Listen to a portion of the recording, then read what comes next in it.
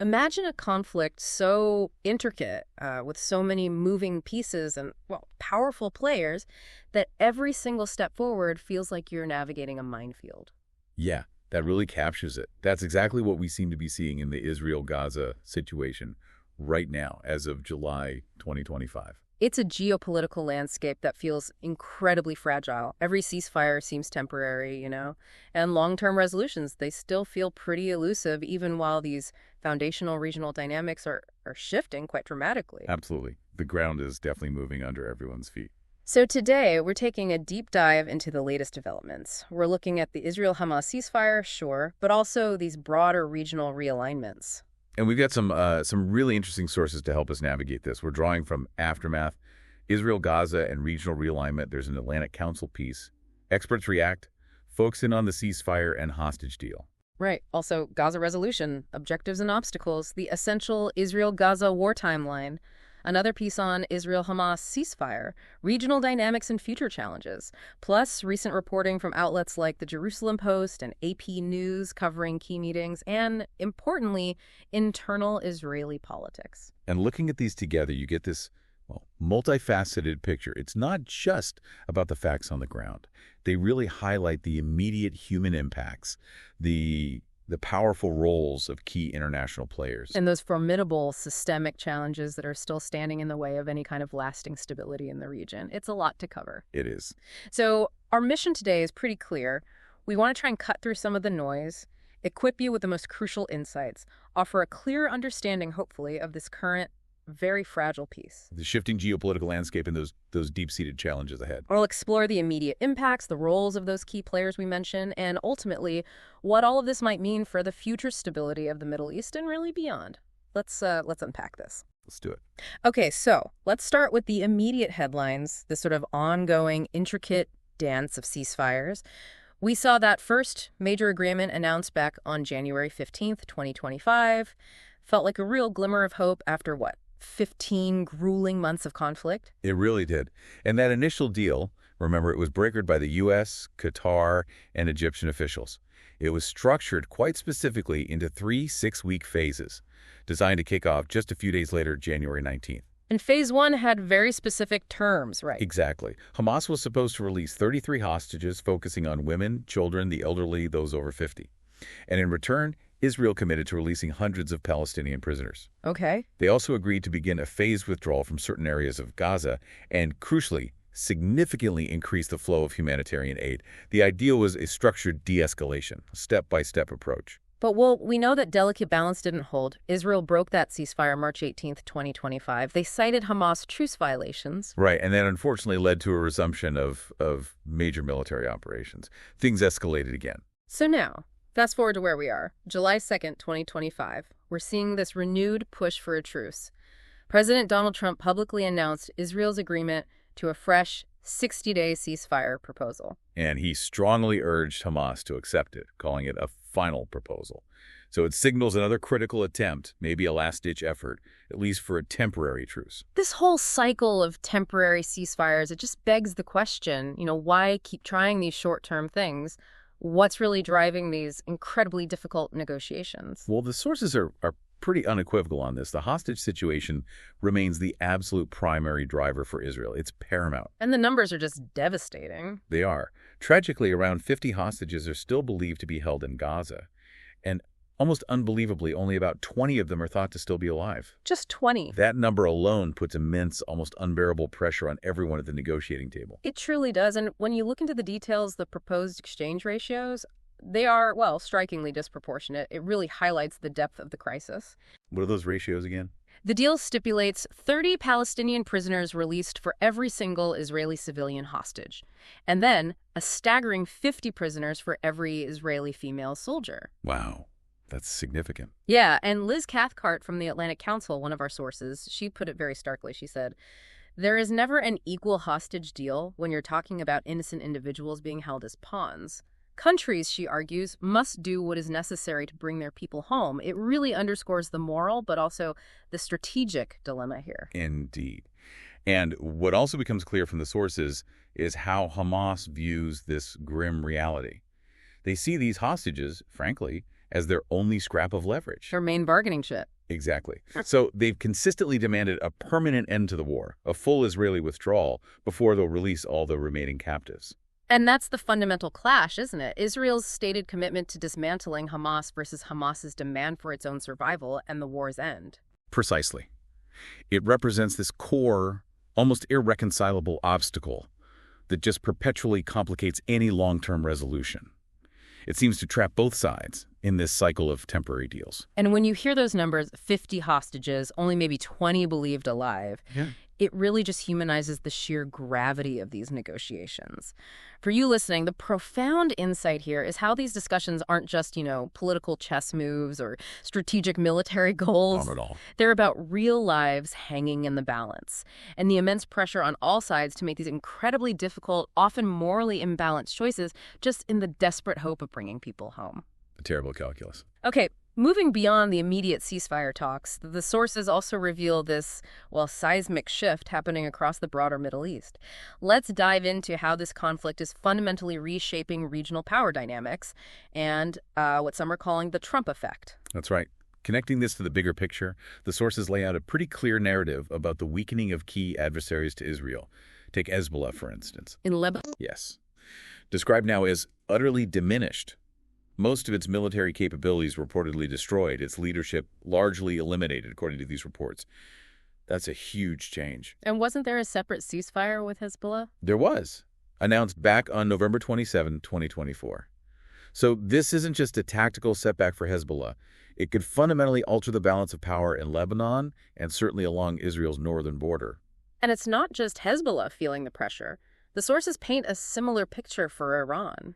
Yeah, Iran is portrayed as being in its weakest position in the region since the 1979 revolution.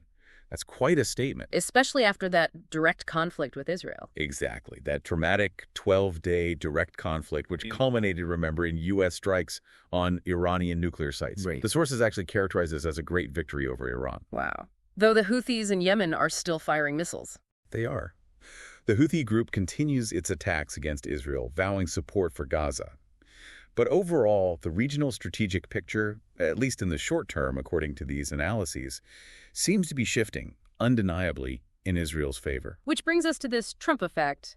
The sources call it a real game changer. They do. Donald Trump's rather ominous, if amorphous threat, that vague but pretty powerful warning he issued that all hell will break out in the Middle East unless the captives were released before his inauguration. That was cited as directly energizing the parties to reach that initial January agreement. Yes, that's what the sources suggest. It hinted at a very different, maybe less conventional approach to Middle East diplomacy was coming. And his influence clearly didn't stop there. His administration's anticipated strong support for Israel on issues like confronting Iran, relations with Saudi Arabia, that apparently provided extra impetus for Israel to placate him. Meaning they had more reason to make a deal happen, to cooperate on things like the ceasefire. Right.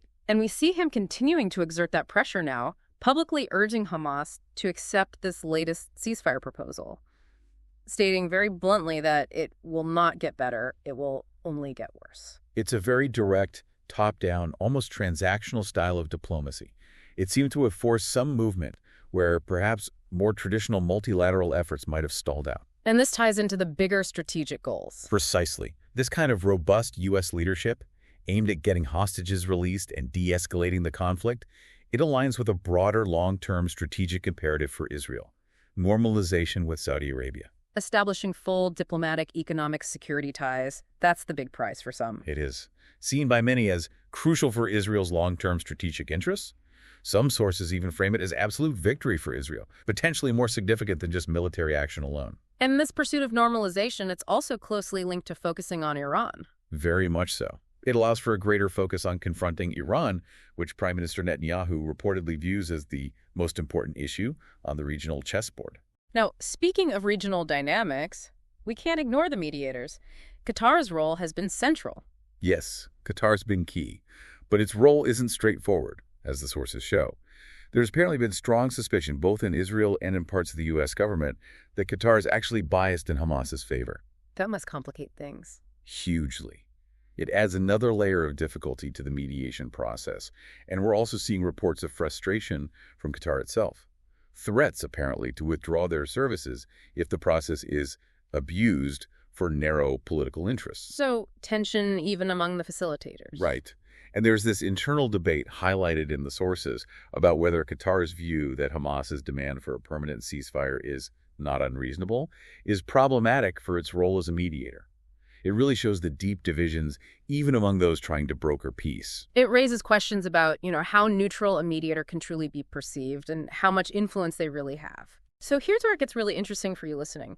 The sources paint this clear picture of how U.S. leadership, specifically this Trump effect, seems to have directly shaped the negotiation landscape. Mm-hmm. The profound insight here is how traditional diplomatic protocols were, well, maybe bypassed or certainly supplemented by a very direct, almost transactional approach. And that seems to have forced movement where multilateral efforts maybe struggle. Yeah, you can really see how different leadership styles can profoundly shift the dynamics of even these really entrenched conflicts. And it influences not just the ceasefires, but these longer-term strategic goals, like pursuing normalization with Saudi Arabia, which, again, some experts are calling absolute victory for Israel. It's a fascinating look at that interplay of power and, well, persuasion. Definitely. Okay, now let's pivot. Let's turn from the international stage to the pressures that are really boiling up within Israel itself, and then look at the incredibly daunting path forward for Gaza. Because Netanyahu's government faces huge domestic challenges right now, arguably more intense than ever. He's getting harsh criticism, isn't he? For the delayed hostage deal, for one thing, and for what many see as a failure to actually fully defeat Hamas, despite the rhetoric. Absolutely. And compounding all that, he's under immense pressure from his own hard-right coalition partners. They vehemently oppose suspending the pursuit of what they call total victory in Gaza. For them, anything less than the complete eradication of Hamas is just unacceptable. That seems to be the stance, yes. It puts Netanyahu on an incredibly precarious internal political tightrope. And there's that other critical issue fueling public anger, the military service exemptions for the ultra-Orthodox community. Yes, that's a huge one, especially during the war, with, 866 Israeli soldiers tragically killed since October 7th, 2023. The debate over who serves, who bears that burden, has intensified dramatically. And it's not just debate, it's causing real political instability. It is. It's led to serious threats from the ultra-Orthodox coalition partners. They've threatened to support a bill that would dissolve parliament, potentially collapsing the government entirely. Wow.